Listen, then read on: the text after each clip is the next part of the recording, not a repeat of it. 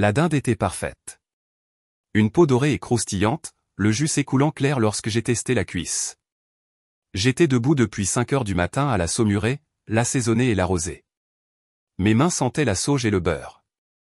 Mon dos me faisait mal après être resté debout devant la cuisinière pendant 6 heures.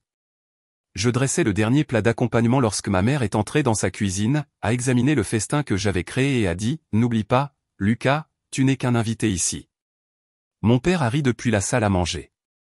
Catherine a raison. Ne te mets pas trop à l'aise.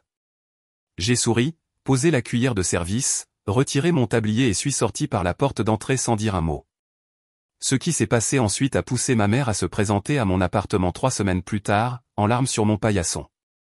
Je m'appelle Lucas Martin. J'ai 31 ans. Et ce repas de la Toussaint fut la dernière fois que j'ai prétendu que la cruauté désinvolte de ma famille n'était que leur sens de l'humour. Laissez-moi revenir en arrière. Je suis le plus jeune de 3 enfants. Mon frère aîné, Simon, a 37 ans, il est marié à Julie, a 2 enfants et travaille dans la finance. Ma sœur, Amélie, a 34 ans, elle est mariée à Grégoire, a un enfant et travaille dans le marketing. Tous deux vivent à moins de 20 minutes de nos parents dans la banlieue de Lyon. Je vis à Genève, à 2 heures de route. Assez près pour rendre visite, assez loin pour avoir ma propre vie. En grandissant, j'étais le bébé surprise. L'accident. Mes parents ne l'ont jamais dit directement, mais ont fini par comprendre ce genre de choses quand vos frères et sœurs ont 6 et 3 ans de plus que vous. Quand les photos de famille cessent d'apparaître après votre arrivée, quand votre livre de naissance contient 5 entrées comparées à leurs albums remplis. Simon était l'enfant chéri. Amélie était la petite princesse à son papa. Moi, j'étais juste là, en quelque sorte. Au moment où j'étais au lycée, la dynamique était établie. Simon hériterait des contacts professionnels de papa. Amélie aurait la collection de bijoux de maman. J'aurais tout ce qui restait et une tape dans le dos pour ne pas avoir causé de problème. Je ne me suis pas battu contre ça. Je suis devenu le pacificateur. Celui qui venait, aidait, ne demandait rien. C'était plus facile que d'affronter le fait que je n'avais jamais vraiment eu ma place. Après l'université, j'ai déménagé à Genève pour un travail en informatique. J'ai commencé à sortir avec ma petite amie, Chloé, il y a 2 ans. Je me suis construit une vie calme et stable. Je rendais visite à la maison une fois par mois parce que c'est ce que font les bons fils. Mais les visites ressemblaient toujours à du travail. Pas de la manière amusante où vous aidez votre famille, mais de la manière épuisante où vous jouez la comédie de la gratitude pour être autorisé à être dans la pièce. Cette Toussaint était censée être différente. Chloé ne pouvait pas venir. Sa sœur était sur le point d'accoucher à Bordeaux. Une urgence familiale. J'ai failli rester à Genève, mais maman a appelé et a fait ce truc où elle formule ses demandes de telle manière que vous seriez un monstre de refuser. Cela signifierait tellement pour ton père si tu venais. Il en parle depuis des semaines. Tu sais à quel point il a hâte d'avoir tous ses enfants réunis. Alors, j'y suis allé. Et comme je suis un idiot qui n'apprend jamais, j'ai proposé d'aider à la cuisine. Oh, tu ferais ça? Ce serait merveilleux. Tu sais à quel point tout ça m'épuise. Je suis arrivé le mercredi soir avec 2 sacs de courses. Des produits chers. Une dinde biologique du boucher chic. De vrais canneberges pour une sauce maison. Du bon vin, de la bière artisanale et des ingrédients pour les accompagnements que maman avait mentionné vouloir faire mais n'en avait jamais le temps. 440 € sur ma carte de crédit. Je n'en ai pas parlé. J'ai juste commencé la préparation. Le jeudi matin, j'étais dans la cuisine à 5h30. Maman est descendue vers 8h, m'a regardé arroser la dinde et a dit « Oh, tu es encore en train de faire tout ça? Je pensais que tu voudrais te détendre. » Ça va. J'ai presque fini de toute façon. Elle s'est versé un café. Simon apporte la fameuse cocotte de haricots verts de Julie. Amélie prépare son truc aux patates douces. J'espère juste qu'il y aura de la place pour tout. Il y avait de la place parce que j'avais passé 3 heures à faire de la place, à réorganiser le four, à tout minuter parfaitement pour que tout soit prêt en même temps. À midi, la maison sentait incroyablement bon. Simon et Julie sont arrivés les premiers avec leurs enfants, Léo et Sophie, âgés de 8 et 6 ans. Les enfants sont passés devant moi en courant comme si j'étais un meuble. Simon m'a serré la main avec cette poignée agressive que les hommes utilisent quand ils se mesurent les uns aux autres. Ça sent bon. Maman s'est vraiment surpassée cette année. En fait, j'ai... Julie, ma chérie, où veux-tu mettre la cocotte? Amélie et Grégoire sont arrivés 30 minutes plus tard avec leur fils, Nathan, âgé de 4 ans. Amélie m'a serré dans ses bras mais regardait déjà par-dessus mon épaule vers la salle à manger. C'est la porcelaine? Maman, tu as sorti la belle porcelaine. Eh bien, c'est la Toussaint. Nous sommes tous ensemble. Sauf que quand elle a dit « tous ensemble », elle a regardé Simon et Amélie. Pas moi. Nous nous sommes assis vers 13h. 22 personnes entassées autour de la table de la salle à manger de mes parents et de la table pliante qu'ils avaient installée pour les enfants en trop. Le festin ressemblait à quelque chose sorti d'un magazine, dinde, farce, purée de pommes de terre, sauce au canneberge, légumes rôtis, petits pains et 3 tartes. J'avais cuisiné probablement 60% de tout ça. Papa s'est levé pour découper la dinde. Catherine, c'est magnifique. Tu t'es surpassée. Maman rayonnait. Eh bien, j'ai eu de l'aide. Amélie a apporté ses patates douces. Julie a fait la cocotte. J'ai attendu qu'elle me mentionne. Elle ne l'a pas fait. Prions, a poursuivi papa. Nous nous sommes tenus la main autour de la table. Papa a remercié Dieu pour la famille, la santé, la prospérité, a remercié maman pour son dur travail, a remercié Simon pour sa réussite, a remercié Amélie pour sa créativité. Il ne m'a remercié pour rien. Nous avons mangé. Les gens ont complimenté la nourriture. Catherine, cette dinde est parfaite. Cette farce est incroyable. Où as-tu appris à faire une sauce au canneberge comme ça? Maman a accepté chaque compliment avec un sourire gracieux. Pas une seule fois elle n'a dit, en fait, c'est Lucas qui a fait ça. Je me suis dit que ça n'avait pas d'importance. Je n'avais pas besoin de reconnaissance. J'étais juste heureux d'aider. Mais ensuite est venue la vaisselle. Les enfants de Simon et Julie couraient partout en criant. Amélie montrait des photos sur son téléphone à tout le monde. Grégoire et papa parlaient affaires. Maman emballait les restes. J'ai commencé à débarrasser les assiettes. Oh, Lucas, tu n'as pas besoin de faire ça, a dit maman distraitement, enroulant déjà la dinde dans du papier d'aluminium. Ce n'est rien. Je m'en occupe. J'ai rempli le lave-vaisselle, lavé les plats de service à la main, essuyé les comptoirs. Simon est passé à un moment donné, a pris une bière dans le réfrigérateur, a dit « Merci, frangin », sans me regarder, et est reparti. À 15h, la cuisine était propre. Mes pieds me faisaient mal. Mes épaules étaient endolories. Je sentais un mal de tête dû au stress s'installer. Je suis entré dans le salon où tout le monde s'était rassemblé. Simon était sur le canapé, Julie à côté de lui. Amélie et Grégoire occupaient le causeuse. Maman et papa avaient leurs fauteuils inclinables.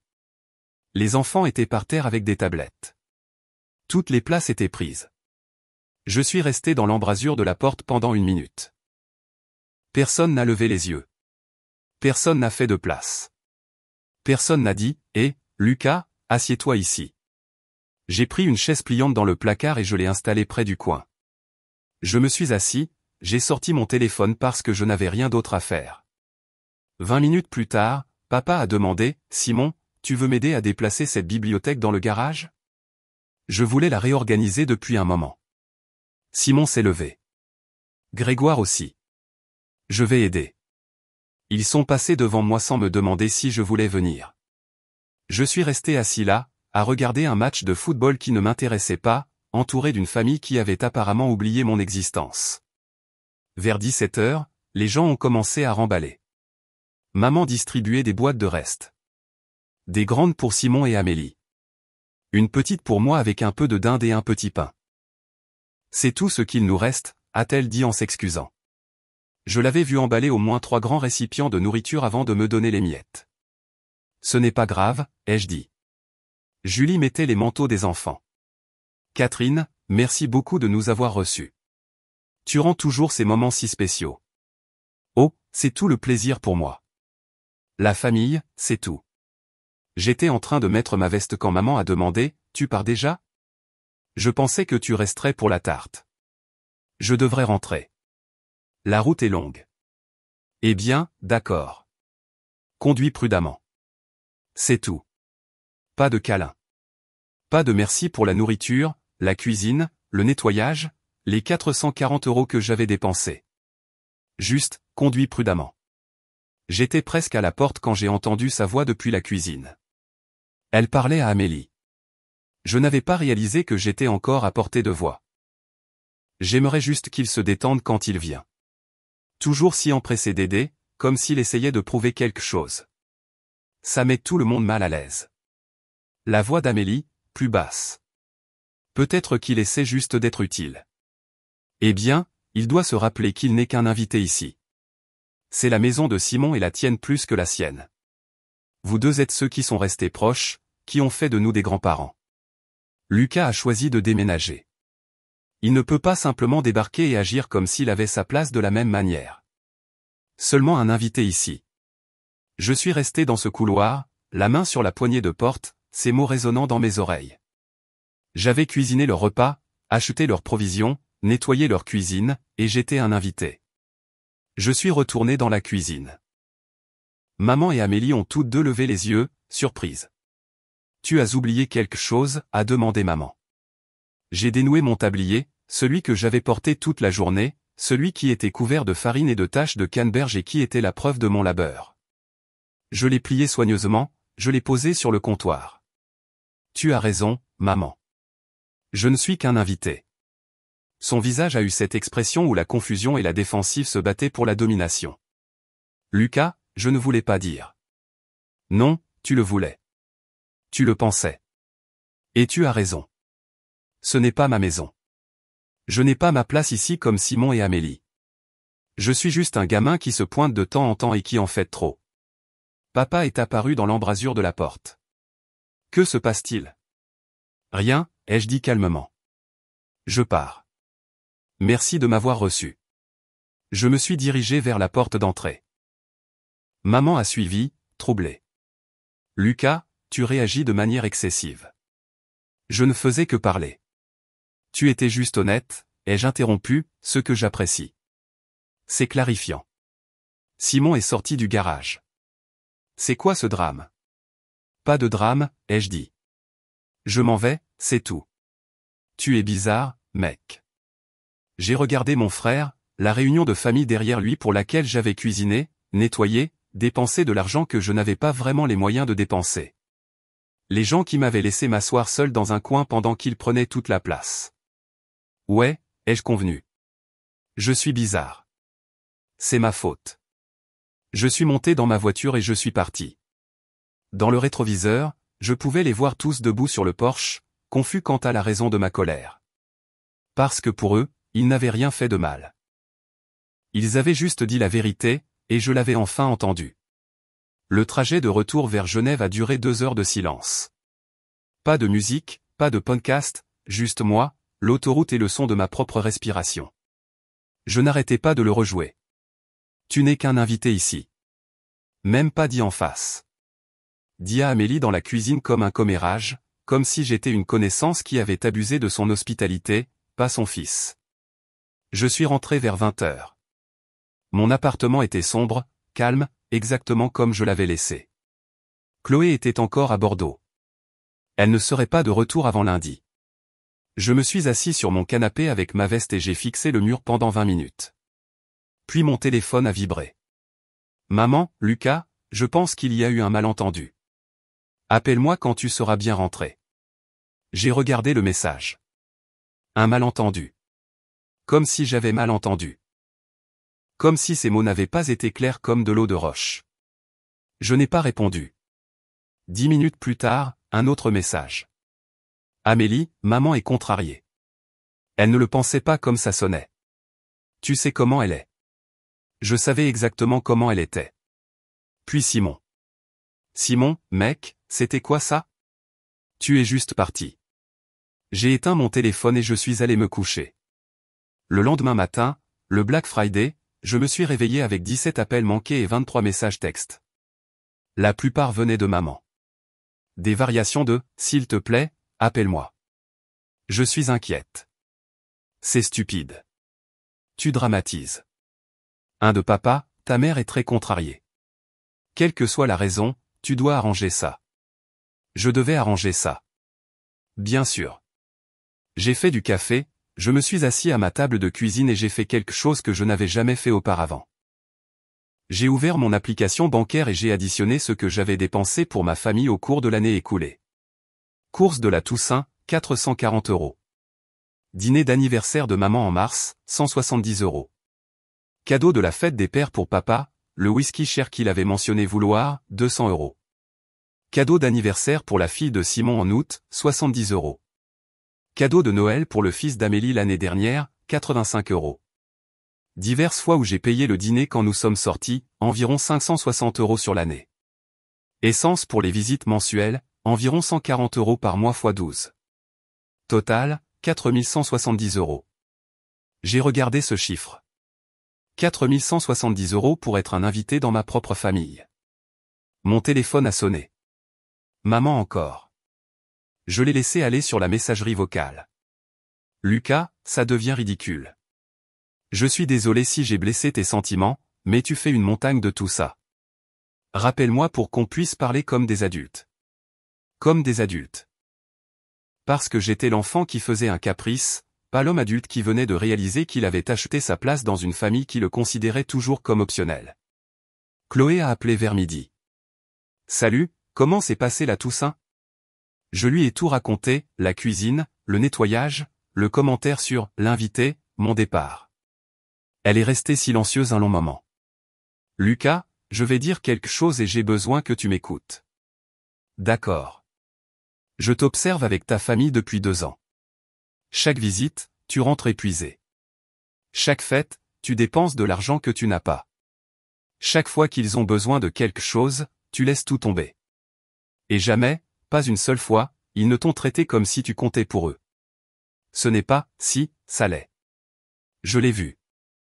Je ne voulais rien dire parce que c'est ta famille et ce n'est pas ma place. Mais Lucas, ce que ta mère a dit, c'est ce qu'ils pensent tous. Tu es pratique quand ils ont besoin de toi et invisible quand ils n'en ont pas besoin. Je savais qu'elle avait raison. Je l'avais toujours su. Je n'avais juste pas voulu l'admettre. Qu'est-ce que je fais? Tout ce que tu as besoin de faire, mais arrête de te consumer pour eux. Nous avons parlé pendant encore 1 heure. Au moment où nous avons raccroché, j'avais pris une décision. Je ne retournerai pas pour Noël. La semaine suivante a été calme. Je n'ai pas appelé, pas envoyé de message, pas répondu aux messages de plus en plus frustrés de ma famille. Maman, ça fait 4 jours. C'est puéril. Simon, tu vas vraiment faire ça pour un seul commentaire? Amélie, maman pleure tous les jours. Tu lui brises le cœur. Ce dernier m'a presque eu. Presque. Mais je me suis souvenu, où était Amélie quand j'étais assis seul à la Toussaint? Où était son inquiétude quand je nettoyais après tout le monde pendant qu'il m'ignorait? Mercredi, une semaine complète après la Toussaint, quelque chose a changé. J'ai reçu un message d'un numéro que je ne reconnaissais pas, « Salut Lucas. C'est Julie, la femme de Simon. Je sais que c'est bizarre, mais je voulais te contacter. J'étais là quand tu es parti, et j'ai pensé à ce que ta mère a dit. Je suis désolé. Tu ne méritais pas ça. J'ai regardé mon téléphone.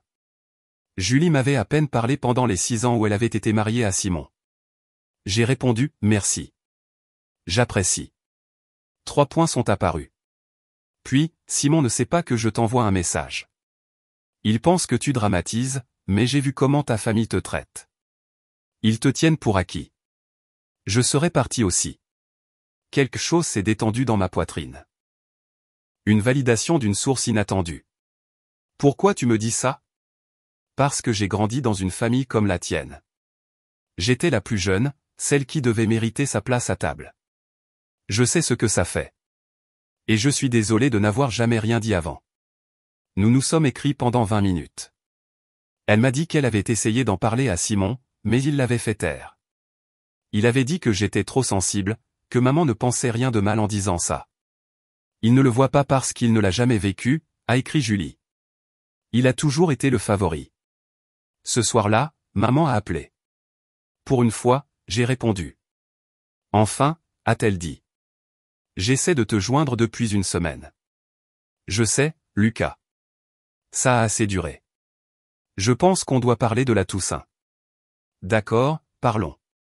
Je suis désolé que tu aies mal compris ce que j'ai dit à Amélie. Je n'essayais pas de te blesser. Je n'ai pas mal compris. Tu as dit que je n'étais qu'un invité. Que c'est la maison de Simon et Amélie plus que la mienne. Que je dois me souvenir de ma place. Silence. Puis, j'étais frustré. Tu étais si serviable, ça m'a fait me sentir inadéquate. Ça m'a arrêté net. Quoi? Tu es arrivé et tu as pris le contrôle de ma cuisine. Tu as fait toute cette nourriture élaborée. Comme si tu essayais de me montrer comment faire. J'ai ri, pour de vrai. Maman, tu m'as demandé de l'aide. J'essayais de te faciliter les choses. Eh bien, ce n'est pas ce que j'ai ressenti.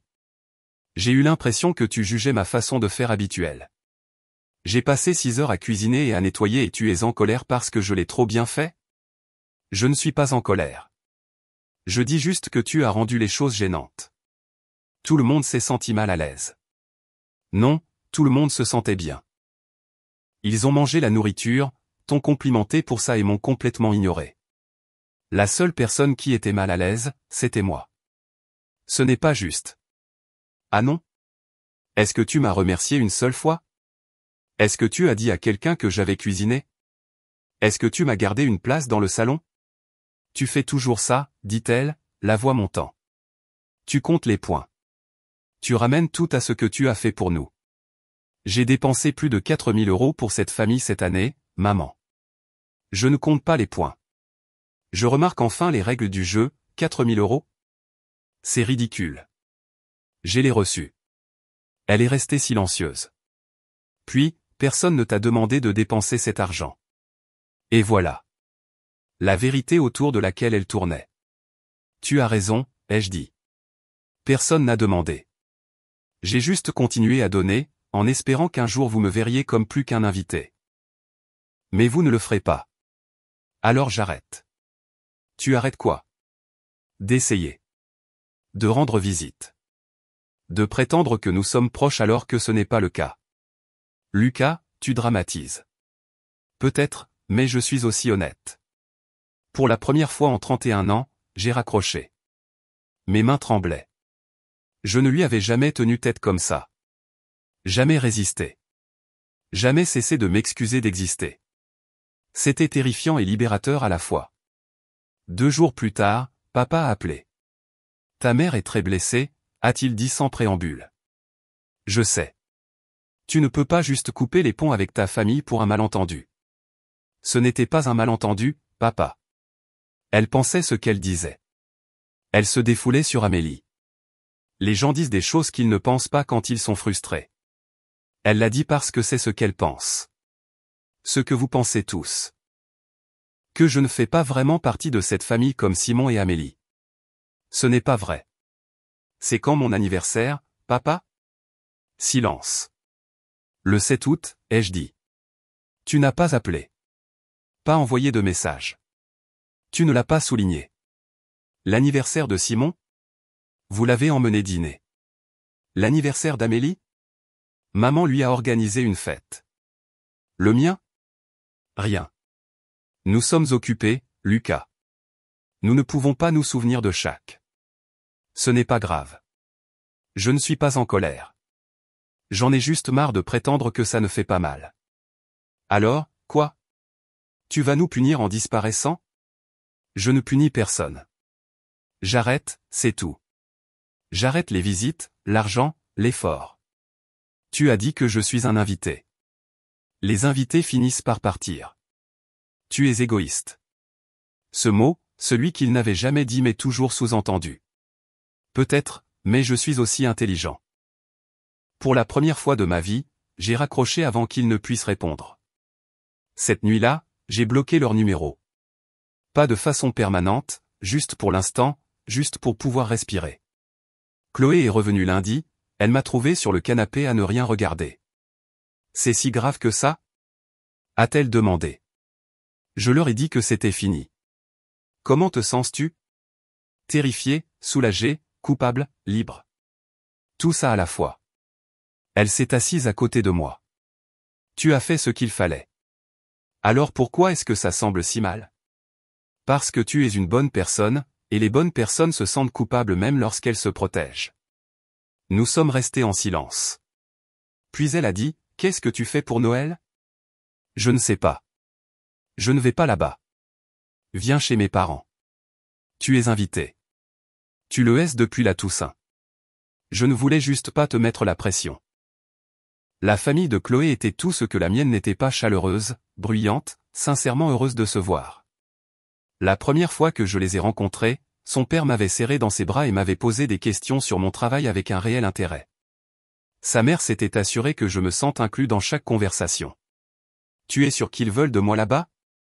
Lucas, ma mère t'a déjà acheté une chaussette de Noël. » « Oui, ils veulent que tu sois là. » J'ai senti quelque chose se fissurer dans ma poitrine. « D'accord. Oui, j'aimerais beaucoup. » Les 2 semaines suivantes ont été calmes. Mon téléphone est resté éteint. Le travail m'a occupé. Chloé m'a gardé les pieds sur terre. Puis, 3 semaines après la Toussaint, quelqu'un a frappé à ma porte à 22h un mardi. J'ai regardé par le Judas et j'ai vu ma mère debout dans mon couloir, en pleurs. Je suis resté au Judas pendant 1 minute entière, à regarder ma mère pleurer dans mon couloir. Une partie de moi voulait ouvrir la porte immédiatement. Cette réaction conditionnée, maman est contrariée, arrange ça. Mais je me suis souvenu de, tu n'es qu'un invité. Je me suis souvenu de 3 semaines de silence. J'ai ouvert la porte. Elle avait l'air affreuse. Pas de maquillage, les yeux gonflés, en pantalon de survêtement. Elle avait conduit 2h à 22h dans cet état. « Lucas, dit-elle, la voix brisée. Je n'ai pas bougé de l'embrasure de la porte. J'ai juste attendu.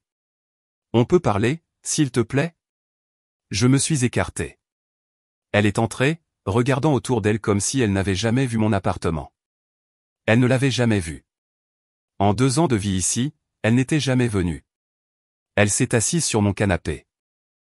Je me suis assis dans le fauteuil en face d'elle, la table basse entre nous comme une barrière. J'ai appelé, commença-t-elle. Je sais. J'ai bloqué ton numéro. Elle a tressailli. Pourquoi ? Parce que j'avais besoin d'espace. D'espace par rapport à ta propre mère ? D'espace par rapport à quelqu'un qui m'a blessé et qui s'est ensuite énervé que je sois blessé. Elle a sorti un mouchoir de son sac. J'ai conduit 2 heures pour te voir. Je n'ai pas répondu, je ne l'ai pas félicité d'avoir fait ce que j'avais fait chaque mois pendant des années. Ton père pense que je devrais te laisser te calmer, mais je ne peux pas. Lucas, tu es mon fils. Alors pourquoi ne veux-tu pas me voir comme tel ? Qu'est-ce que ça veut dire ? Je me suis penché en avant. Qu'est-ce que j'ai cuisiné pour la Toussaint ? Elle a cligné des yeux. Quoi ? Question simple. Qu'est-ce que j'ai cuisiné ? La dinde. Quoi d'autre ? Je ne sais pas, Lucas. Est-ce que ça a de l'importance ? Ça a de l'importance que j'ai passé 6 heures à cuisiner et que tu en aies récolté les lauriers. Ça a de l'importance que j'ai nettoyé pendant que tout le monde se détendait. Ça a de l'importance que tu aies donné à Simon et Amélie des boîtes pleines de restes et que tu m'aies donné des miettes. Tu comptes encore les points. Non, je regarde enfin le tableau des scores. Elle a tordu le mouchoir. Je suis venu m'excuser. Pourquoi, spécifiquement ? Pour avoir blessé tes sentiments. Pour le commentaire sur l'invité. Je ne le pensais pas comme ça sonnait. Comment le pensais-tu ? Je voulais dire que tu n'habites plus ici. Tu as déménagé. Simon et Amélie sont restés proches. Donc, je suis moins un fils parce que j'ai pris un travail à 2 heures de route ? Tu as choisi de partir. Et voilà. J'ai pris un travail, comme n'importe quel adulte. Simon n'est pas parti parce qu'il a repris l'entreprise de papa, pas parce qu'il vous aime plus. Elle a baissé les yeux. Tu as toujours été indépendant. Tu n'as jamais eu besoin de nous comme les autres. J'avais autant besoin de vous. J'ai juste appris que demander était inutile. C'est quand mon anniversaire, maman ? Elle a levé les yeux, confuse. Quoi ? Mon anniversaire. Quel jour ? Le 7 août. Tu as oublié d'appeler cette année. Ou d'envoyer un message. Nous étions occupés avec la fête d'anniversaire du fils d'Amélie, qui est en septembre. Son visage s'est décomposé. C'est horrible de dire ça. C'est horrible de le réaliser. Silence. Elle pleurait. Je regardais. Je ne sais pas comment réparer ça, dit-elle. Peut-être que tu ne peux pas. Pas rapidement. Peut-être même jamais. Alors, on ne se parle plus, c'est ça? Ce n'était pas un seul commentaire, maman. C'était 31 ans d'invisibilité. Nomme un seul de mes accomplissements que j'ai célébré. Elle a ouvert la bouche, l'a refermée. J'ai eu une promotion en juin.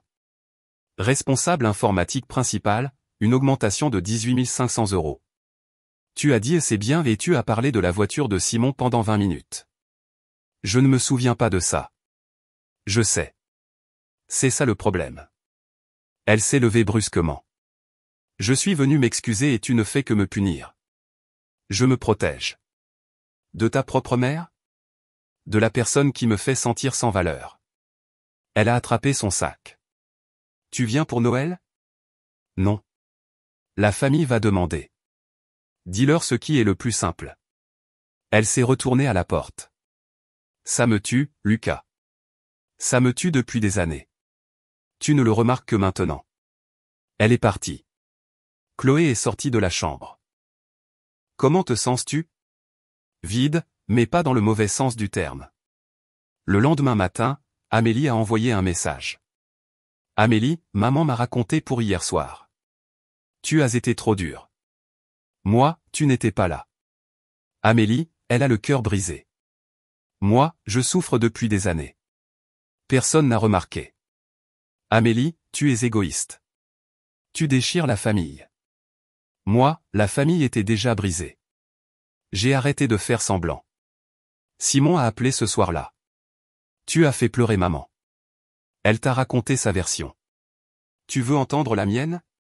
Elle a conduit 2 heures et tu l'as envoyé se faire foutre. Je lui ai dit que j'en avais marre d'être traité comme si je ne comptais pas, tu ne peux pas couper les ponts avec tout le monde parce que tes sentiments ont été blessés. Simon, as-tu remarqué que j'étais assis seul à la Toussaint? As-tu remarqué que j'avais préparé le repas? As-tu remarqué quoi que ce soit à mon sujet? Silence. Si tu veux une relation avec moi, tu sais où je suis. N'y compte pas trop, petit frère. Il a raccroché. Julie a envoyé un message. Simon m'a raconté. J'ai essayé de lui faire voir ton point de vue. Il ne veut pas écouter. Merci d'avoir essayé. Tu mérites mieux. 2 semaines plus tard, c'était Noël. La famille de Chloé à Bordeaux. Ses parents m'ont accueilli comme si j'avais toujours été là. Le matin de Noël, la mère de Chloé m'a tendu une chaussette avec mon nom brodé dessus. Je l'ai fait faire spécialement, a-t-elle dit. Bienvenue dans la famille. Mon téléphone est resté silencieux toute la journée. Aucun message de ma famille. Ça a fait moins mal que ce à quoi je m'attendais. 3 mois ont passé. L'hiver a fait place au début du printemps. La vie a continué. Chloé et moi sommes devenus sérieux. Nous avons commencé à chercher des appartements ensemble. Le travail m'a encore promu, directeur de l'informatique. Puis en mars, Julie a appelé. Ta mère a été à l'hôpital. Elle est tombée, s'est cassé la hanche. Elle va bien, mais ça a été difficile. Quand? Il y a 2 semaines. 2 semaines. Personne ne m'avait rien dit. Est-ce qu'elle veut me voir? Je ne sais pas. Mais je pensais que tu devais savoir. J'y suis allé, non pas parce que je leur devais quelque chose, mais parce que j'avais besoin de savoir que j'étais le genre de personne qui se présentait. L'hôpital était à 40 minutes de Lyon. J'ai trouvé la chambre de maman. Papa était là, assoupi. Maman s'est retournée quand je suis entré. Lucas. Papa s'est réveillé. Qu'est-ce que tu fais ici? Julie m'a prévenu. Je suis venu voir comment allait maman. Nous ne t'avons pas appelé pour une raison. Je sais, mais je suis là quand même. Les yeux de maman se sont remplis de larmes. Tu es venu. J'ai approché une chaise. Comment te sens-tu? Comme si je m'étais cassé la hanche. Stupide, surtout. La convalescence est lente. Je suis content que tu ailles bien. Silence gênant. Papa me foudroyait du regard. Pourquoi es-tu venu? A demandé maman. Parce que tu es ma mère. Malgré tout, je ne veux pas que tu souffres. Mais tu es toujours en colère. Je ne suis plus en colère. J'en ai juste marre d'essayer d'être quelque chose que vous ne voulez pas que je sois. Papa s'est levé. Tu te pointes après des mois en faisant semblant de t'en soucier. Je m'en soucie. Mais m'inquiéter pour des gens qui ne se soucient pas de moi en retour me détruisait. Nous nous soucions de toi, dit maman doucement. Nous ne savons juste pas comment le montrer d'une manière qui compte pour toi. C'était la première fois qu'elle reconnaissait que ce n'était pas moi qui avais mal compris. J'avais juste besoin de sentir que je comptais autant que Simon et Amélie. Tu comptes. Alors pourquoi personne ne m'a dit que tu étais à l'hôpital? Silence. Nous pensions que tu ne viendrais pas, a dit papa, après tout ce qui s'est passé. Je suis là. Mais vous avez supposé le pire sans même essayer. Maman a tendu la main vers la mienne. J'ai eu le temps de réfléchir à ce que tu as dit, à la façon dont nous t'avons traité. Et tu avais raison. Nous t'avons tenu pour acquis. Nous avons donné la priorité à Simon et Amélie.